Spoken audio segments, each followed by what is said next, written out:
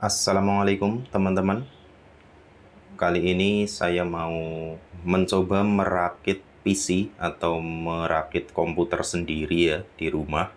Kebetulan untuk semua part-partnya atau komponen-komponen dari komputer yang utama itu sudah datang semua. Sudah ada casing, kemudian ada motherboard, ada PSU, ada prosesornya atau CPU-nya, ada SSD atau hard disk, kemudian ada RAM.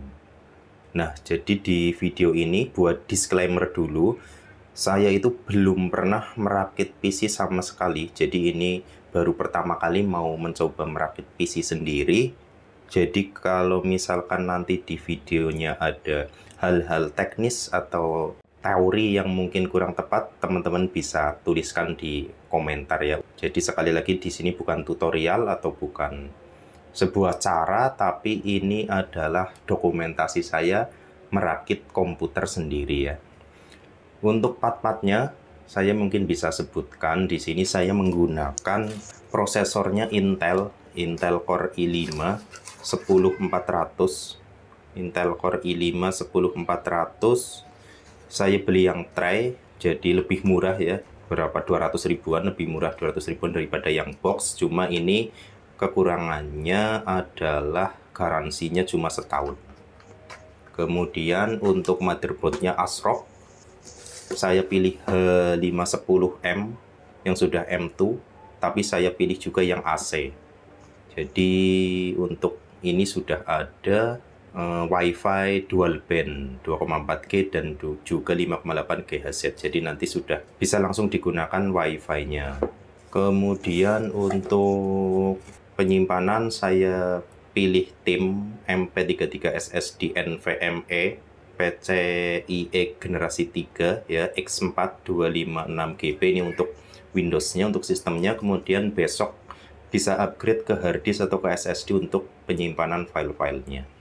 Terus untuk RAM-nya saya pakai Cleve Bolt X 16GB 2x8GB DDR4 3200, 2 keping ya.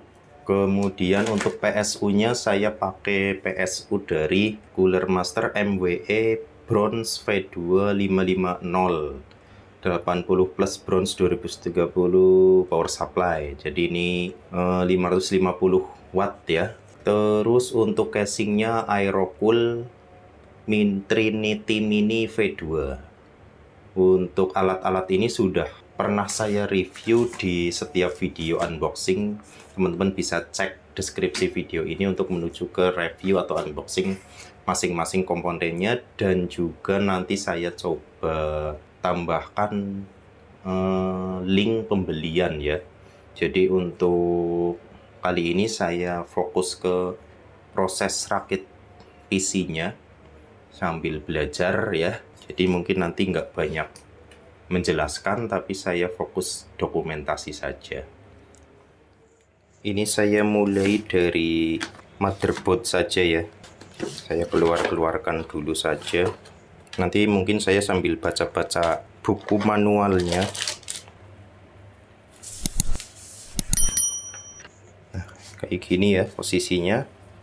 Kemudian langsung saya pasang saja untuk prosesor.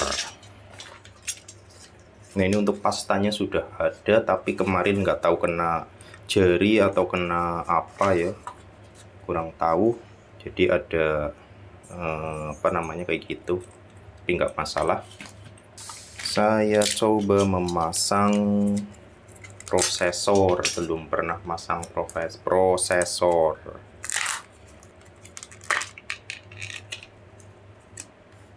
Ini saya buka dulu ini penguncinya. Maaf kalau misalkan lampunya bikin silau ya, karena memang ini saya rakitnya malam-malam, dan kalau nggak saya tambahin lampu, prosesornya sama sekali nggak kelihatan dari lampu yang di atas saja. Jadi saya pakai tambahan lampu begini ya. Saya coba pasangkan. Katanya di sini ada tandanya ya, ini ada segitiganya kecil ya. kamera. Nah, ini ada segitiganya, kemudian di soketnya juga ada segitiganya, saya cek dulu. Dan juga kalau nggak kelihatan, di sini juga ada coekan atau ini ada coakan ya, di sini juga ada coakan, di bagian soket juga ada. Saya coba pasang dulu karena belum pernah, jadi saya hati-hati sendiri. Kurang lebih kayak gini ya, ini nggak perlu ditekan, cukup dipas kayak gitu aja. Kemudian saya tutup.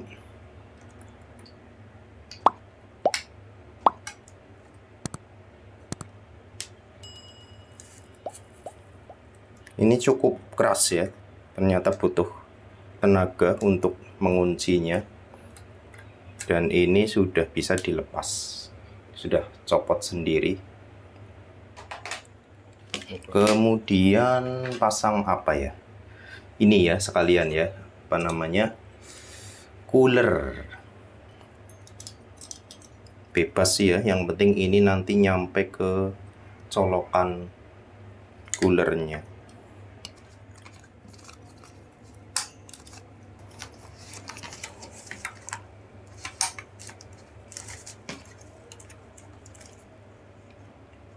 Nah, sekarang udah kenceng, udah masuk semua untuk kipas prosesornya. Kemudian ini dipasangnya ke sini ya. Ada tulisan apa? CPU fan. Ada tulisan CPU fan. Bisa sambil dirapikan sekalian ya, sebisanya, rapinya kayak gimana.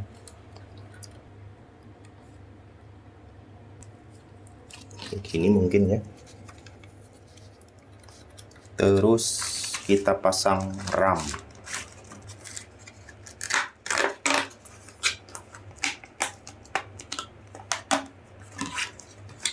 Kita pasang RAM-nya. RAM-nya karena ini DDR4 jadi jelas ukurannya, ada yang lebar, ada yang sempit ya, bisa dipasang sesuai ukurannya. Ini bisa dilepas dulu. Saya pasangkan.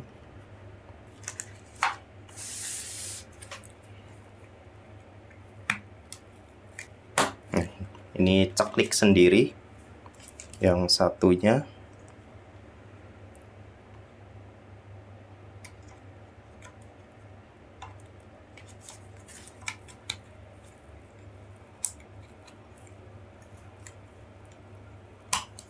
Udah pasang RAM-nya.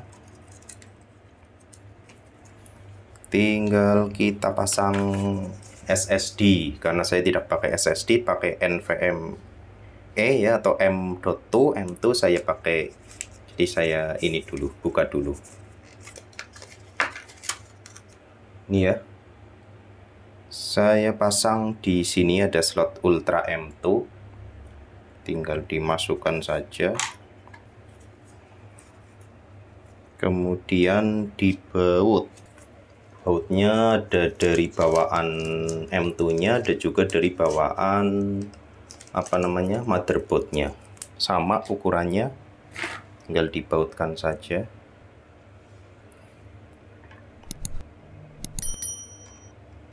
Udah, nggak perlu kuat-kuat ya.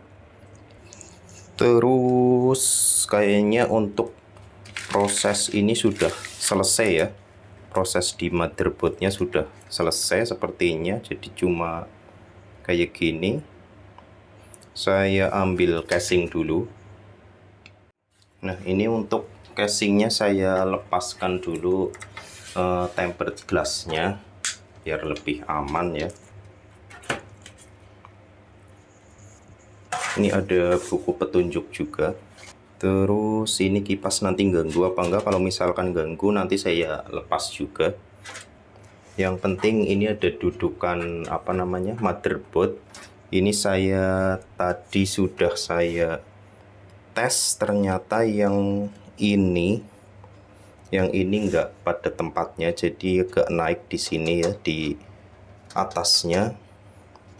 Dan untuk alatnya ada di belakang sini, jadi mau nggak mau saya harus lepas semua dulu.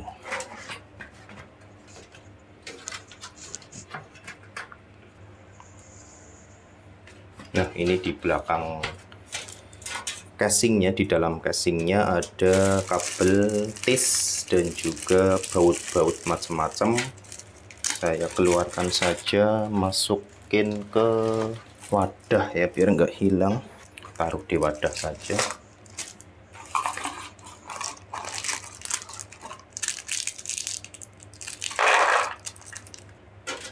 Ini nanti buat kabel manajemennya di sini.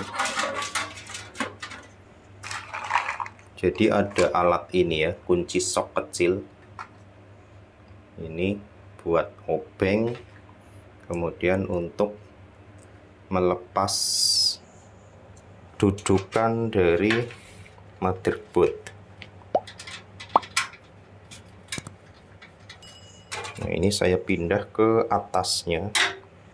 Jadi untuk MATX saya di sini ukurannya udah kayak gini. Saya coba pasang langsung motherboardnya. Posisinya berarti kayak gini ya.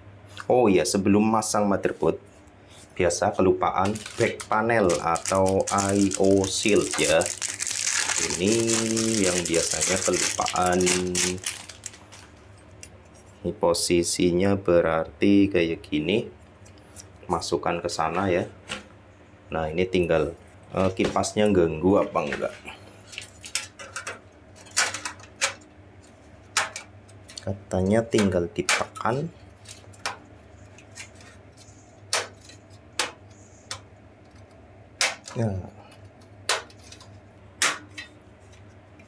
Nah, ini sudah masuk.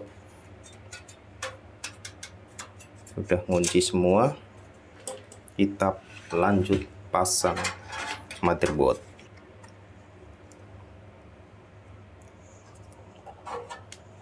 Ini juga harus dipaskan ya. Harus dipaskan sama back panelnya. Back panel.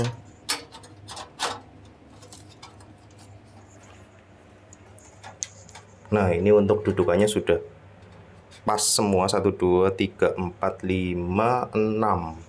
Kemudian di bautnya pakai yang mana?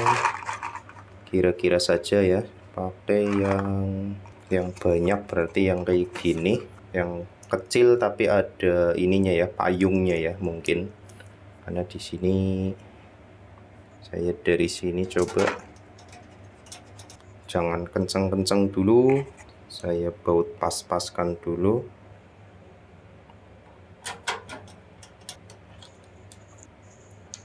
Ini harusnya sambil ngopi ya. 4 5 6. Kebetulan ini cuma ada 6 lubangnya.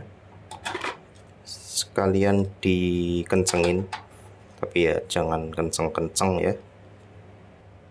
Oh ya, di sini saya nggak pakai VGA tambahan eksternal karena untuk Intel ini sudah ada VGA-nya internal. Di bagian belakang pas apa enggak? Nah, ini di bagian belakang juga pas apa enggak ya? Pas ya. Yang penting bisa dimasuki. Nah, ini sudah pas. Ini udah berarti PSU ya. Kita pasang PSU. Berarti ini masuknya lewat sini ya. Kipasnya di bawah. Masuk lewat sini. Karena ini enggak modular, jadi semua kabelnya ikut masuk. Ya. Tinggal dibaut sebelah sini, saya baut dulu. Nanti kameranya nyusul saja. Ini bautnya dapat dari dari apa namanya? Dari PSU-nya. Saya pakai yang baut dari PSU-nya saja.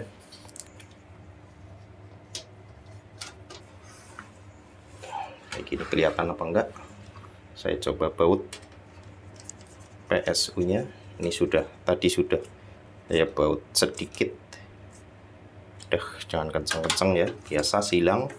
Jurusan otomotif sudah hafal ya, kalau baut-baut kayak gini disarankan untuk menyilang, jadi nanti posisinya mapan sendiri. Nah kayak gini saja. Udah. Terus kita proses yang belum kepasang apa ya, tinggal kabel-kabelnya yang belum kepasang. Mau yang mana dulu saya juga nggak tahu, ikuti saja alurnya. Ini karena saya nggak pakai harddisk di sana, jadi ini bisa buat ngumpetin kabel ya. Kabel-kabel ini SATA juga saya nggak pakai, VGA nggak pakai, jadi bisa diumpetin ke sini.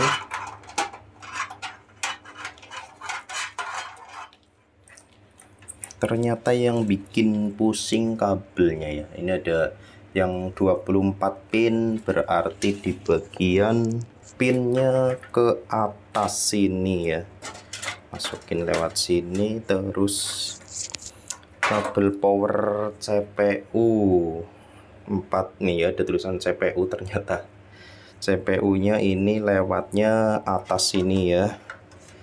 Bentar.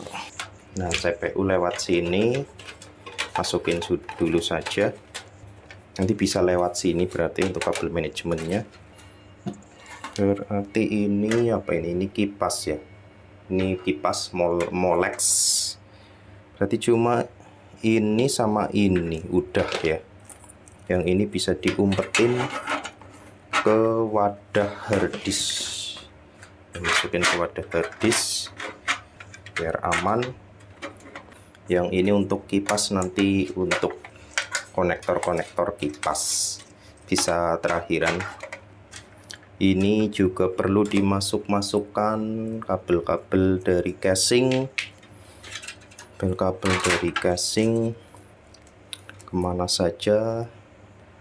Ini untuk USB 3 ya, USB 3 posisinya sebelah mana, cuma belum apal aja posisi-posisi yang pas antara casing dan kabel. Seperti 3 berarti di sini, dari bawah bisa, dari atas bisa ya. USB dan audio lewat sini semua, lewat bawah semua. Nah di sini ada lubang kecil, bisa buat masuk buat 2 kabel, tinggal nanti rapihnya kayak gimana. Terus ini tombol-tombol, ini yang nanti perlu buka buku manual ya. Ini lewatnya jalur mana ya, bawah sebelah sini. Ini udah masuk semua, tinggal kita pasang ke motherboardnya. Saya pasang kabel 24 pinnya, nanti tinggal gimana posisinya yang bagus ditarik lagi ya. Jadi ini di sini saya pasang dulu saja. Posisinya kalau kebalik nggak bakal masuk, kayak gitu aja Pak. Daripada bingung, yang penting kalau kebalik nggak bakal masuk. Sepertinya sudah rapat, udah kunci apa belum? Nah ini udah ceklik, jadi ada kunciannya ceklik di sini. Di sini harus ada bunyi ceklik dulu, klik ya. Ini nanti bisa dirapikan. Terus ini power CPU nya 4x4 atau 8 pin, masuk ke sebelah sini. Ini juga kalau kebalik nggak akan masuk, bagian atas. Nah ini ceklik juga. Kemudian pasang ini saya putar. Nah sekarang kelihatan. Pasang untuk ini apa namanya, USB 3. Ini ada di sini USB 3.4 tulisannya ya. Ini juga ada cowakannya, ada tonjolannya. Lagi-lagi kalau kebalik nggak bakal muat, nggak bakal masuk. Dan dikira-kira saja. Udah ceklik juga. Ini ada tulisan USB. Di motherboard juga ada tulisan USB. Ya, ini ada tulisan USB-nya di sini. Pasang dulu.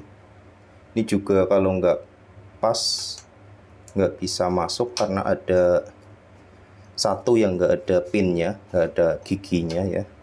Kemudian yang ini HD audio ada di motherboard pojok sini, HD audio. Ini juga ada satu pin yang nggak ada pinnya, satu lubang ya, satu itu gigi yang nggak ada giginya, jadi pasti nggak akan masuk kalau bukan jodohnya. Ini sudah kepasang semua, tinggal yang paling susah adalah ini ya.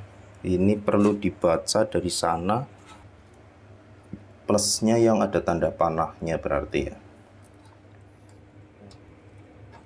Nah ini sudah selesai sepertinya untuk proses pemasangan pin-pin kecil-kecil ini.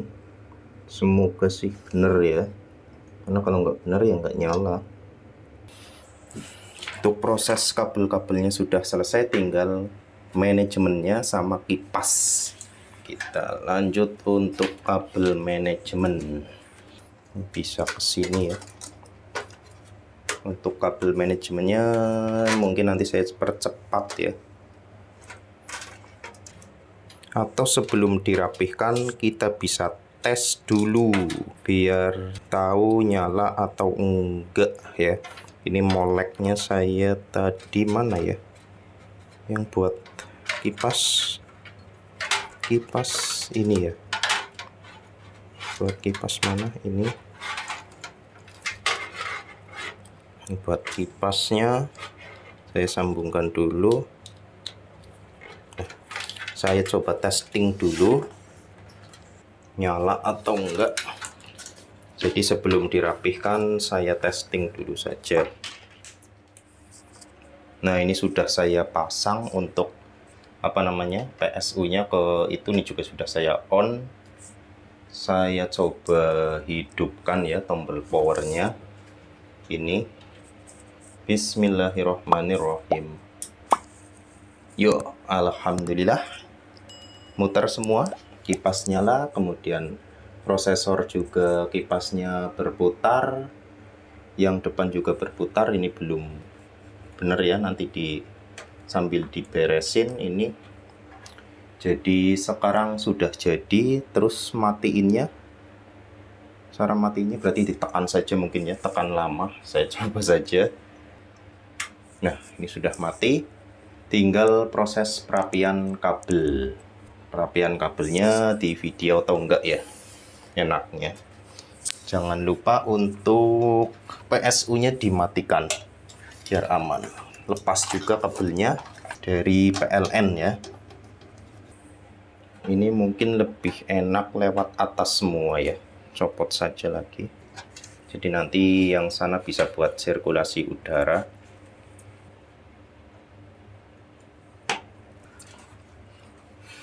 Nah ini yang bikin ribet, males proses kabelnya, mau lewat mana. Harusnya bisa rapi sih ini, karena manajemen kabelnya ruangannya lebar. Kita pakai kabel tisnya yang tadi dikasih dari casing ya. Kalau nggak cukup bisa beli kabel tis sendiri. Saya skip saja ya untuk proses perapian kabelnya, nanti mungkin afternya saja yang ditampilkan biar menghemat memori HP. Nah sekarang sudah selesai proses merakit dan merapikannya. Untuk kabel manajemennya paling kayak gini bisanya saya ya, lumayan lah rapi. Terus karena MOBO atau motherboard saya sudah ada wifi-nya, ini juga sudah saya pasang antena. Saya pasang antena, terus saya pasang sekalian HDMI. Sudah bisa masuk BIOS atau belum. Terus nanti atau besok ya, sudah malam, mungkin saya lanjut install Windows 11. Ini untuk hasilnya seperti ini. Saya coba untuk memasang back casing belakang, atau saya hidupkan dulu saja ya. Saya coba hidupkan tombol powernya. Bismillahirrahmanirrahim. Dan jadi tampilan depan seperti itu. Terus sudah muncul ASRock ya.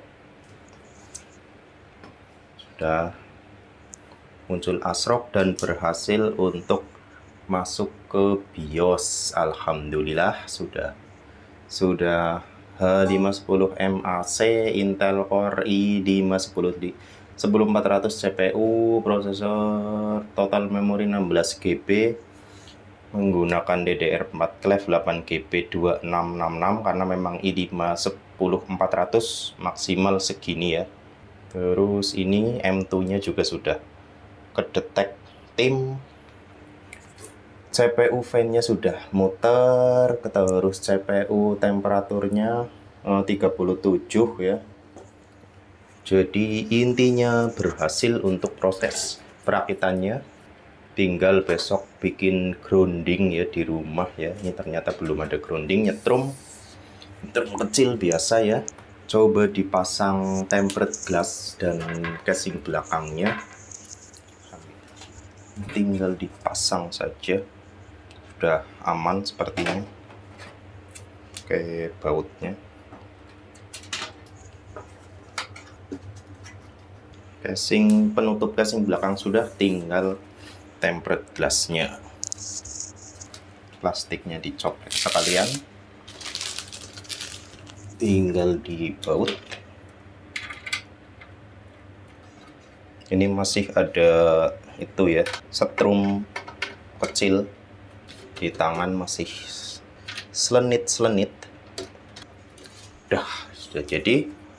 Alhamdulillahirrahmanirrahim. Jadi sudah berhasil rakit PC sendiri di rumah. Hasilnya kurang lebih seperti itu.